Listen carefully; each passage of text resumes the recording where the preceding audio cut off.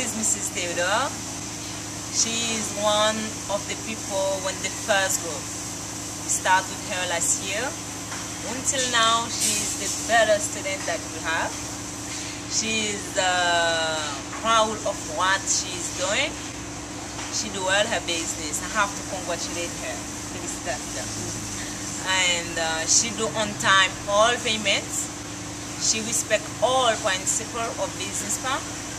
And then she will finish this March with her payments, and then we will refund her for a bigger business.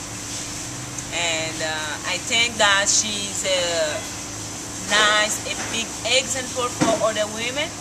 And then if every woman acts like her, they will have a lot of success in their life.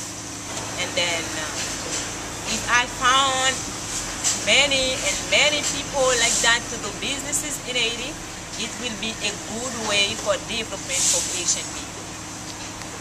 Thank you.